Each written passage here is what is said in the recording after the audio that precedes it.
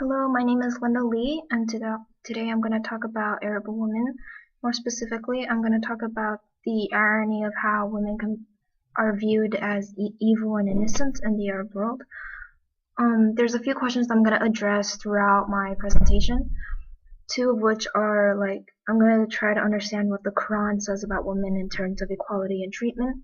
I'm also going to figure out the underlying cause of this ironic view of women. Now, although stereotypically American has viewed Islam or Arabs as terrorists, a religion for terrorists, or a religion that promotes evil, or something of the sort, in reality it actually does give plenty of rights to women. In fact, here's a few. The Quran forbids female infanticide. It instructs Muslims to educate their daughters. It insists that women have the right to refuse a prospective husband. It gives women rights if they are divorced by their husband. It gives women rights to divorce. It gives women the right to own and inherit property. And polygamy is permissible, but they prefer monogamy. Now, the last point I'm going to specifically address because, again, I'm addressing the American stereotype. The American stereotype is that a man can have 10, maybe even 20 wives, but in reality the Quran prefers monogamy because if the husband isn't able to treat all his wives equally, then one wife is better. Well, the actual quote is from the Quran is, but treat them equally. If not, then one is better. Now, to continue on the protection of women and how the Quran protects women, here are a few more quotes. I have 5 here. The first quote is basically talking about how women no longer need to pay a ransom in order to marry, because during the pre-Islamic era of ignorance, or I believe it's called Jahiliyyah. I can't pronounce it and I apologize. But during that period, women were not allowed to marry unless they were able to provide some sort of ransom to make themselves appealing. And the Quran basically says that, oh no, this is no longer allowed, this is no longer necessary. The second quote is more obvious. It says, and treat them kindly, then if you hate them, it may be that you dislike a thing that while Allah has placed abundant good in it. This quote is very direct, very straightforward. It just says men have to treat women kindly, so as in no mistreatment by men. And it also continues to talk about how women, that Allah or God has placed an abundant good in it. That means women are creatures of good. We are good people, good creatures. There's really nothing evil. And then the third and fourth quotes I have here are talking about the framework for marriage. These two quotes talk about how both man and woman have to be active partners in the marriage in order for it to work, and it's supposed to be a relationship full of love and compassion. It's not supposed to be abusive. It's not supposed to have any sort of superiority or controlling over the other. And it's supposed to be a peaceful relationship. Now the fifth quote is talking about how women need to be respected. For example, to continue, none would respect women except the magnanimous ones, and none would insult them except the ignoble ones. So this first sentence basically states that the people who respect women are magnanimous, they are noble, and the people who insult women are ignoble, they are ignorant. And it continues to talk about how men should treat their children kindly and that they should just love their woman well and provide her full rights. Now, despite all this talk about protecting women and how women are creatures of good and how men have to treat them well, there are phrases from the hadith or the written down parts about Muhammad, like his quotes, his stories outside of the Quran. And the Hadith is mainly written by the Muslims and of that time period and a man named Bukhari. And here from the Hadith, I have two quotes here that show women are evil to some extent. And the first quote I have here says, "The Prophet said, I looked at paradise and found poor people forming the majority of its inhabitants." Okay, it doesn't say much about women. And the second part says, "And I looked at hell and saw that the majority of its inhabitants were women." This is directly saying that women occupy occupy most of hell. And according to Hadith, this is because women are apparently harsh and ungrateful towards their husbands. They're ungrateful toward what the husbands provide for them. However, it's odd that women would take up the majority in hell, because in reality, women, for example, in Egypt, 99.3% of women are sexually harassed, and then something like 90%, 91% of women are subject to female genital mutilation, which is basically cutting off the clitoris, which makes things very odd. Now, the second quote I have here directly says that women are an evil omen. It says, evil omen is in three things: the horse, the woman, and the house. And this is in the Hadith by Bukhari.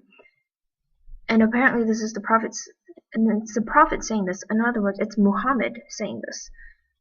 And it's odd to me how the Quran says we have to treat women kindly, we have to take care of them, we have to protect them, and then now it says that they are an evil being. Now, the relationship, however, between a man and a woman in the Quran is actually quite complex, because it says that men have to protect women, but it also states that men are superior. Now, I have it in my next slide here. There you go.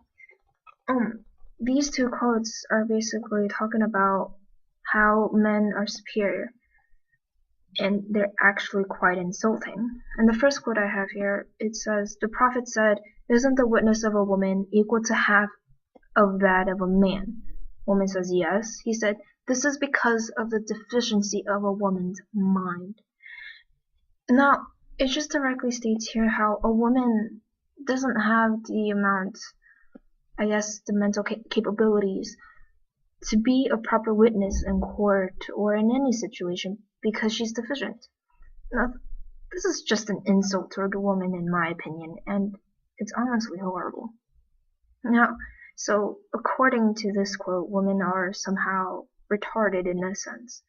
And then the second quote I have here says, "And let two men from among you bear witness to all such documents, contract of loans without interest.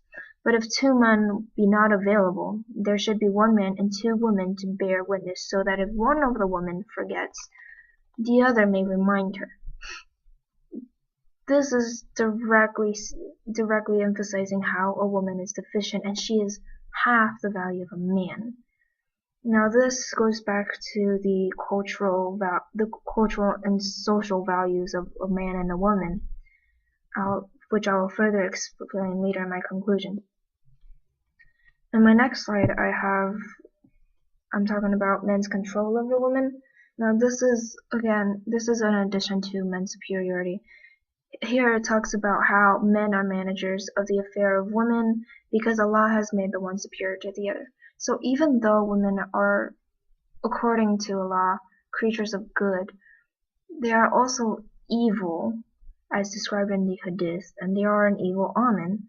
And now it almost seems like the men are the managers of the affair of women simply because she is not completely evil, but not completely good, but apparently somehow men are above that. This here is honestly very confusing to me. And it's, like I said before, in reality, this is very oppressive towards women. In reality, women are suffering from things like martial rape because it's not recognized, and many rape victims who report it are actually at risk of being charged with adultery instead. So women aren't even protected by the law. And in all honesty, this ironic view really does stem from the partially from the pre-Islamic era of ignorance and partially from the social practices. So here in my next slide I'll explain it some more. So my overall conclusion and my answers to my previous questions is simple. Like, if the Quran was really followed thoroughly and well, there would be plenty of problems that could be avoided. But because there's influence from the Hadith, another strong religious text, there's problems with interpreting the Quran, and sometimes there's heavy misinterpretations that causes women to have the children under the stick. And the social aspect through all this is that starting in the pre-Islamic era of ignorance till now, men have been favored simply because a man's name will always be passed down, but a woman's name will be lost. She loses her family name in order to take on the name of her husband. Therefore, in order to maintain this bloodline, a son is necessary. And in the Arab world, a son is necessary to support the family. The son is favored when it comes to education. He's favored when it comes to the workplace. He's favored when it comes to work in general. And in fact, this has gone to the point that men are actually exempt from several practices in reality. For example, a woman's wishes about marriage doesn't have to be unhonored, but when a man wants a woman, he can have an arranged marriage with her by talking to her parents. And another example is men can take on as many wives as they want, and they have the upper hand when it comes to divorces, but women do not. In fact, women are often left out when it comes to divorce. Of course, there are some rights that are given to women, like some sort of money, but half the time it's not even enough to support the family.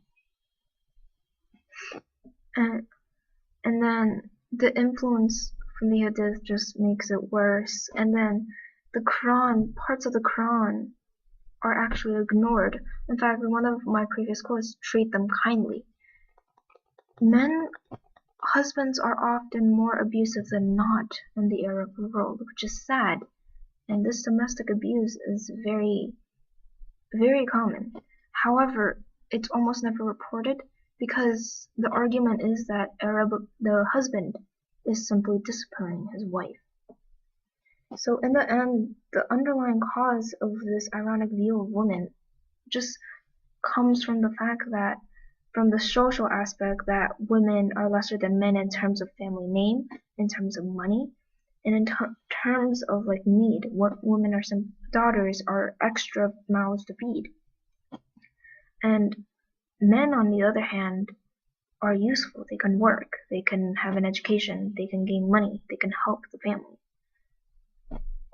And then it's further emphasized through the Hadith saying that a woman is an evil omen. And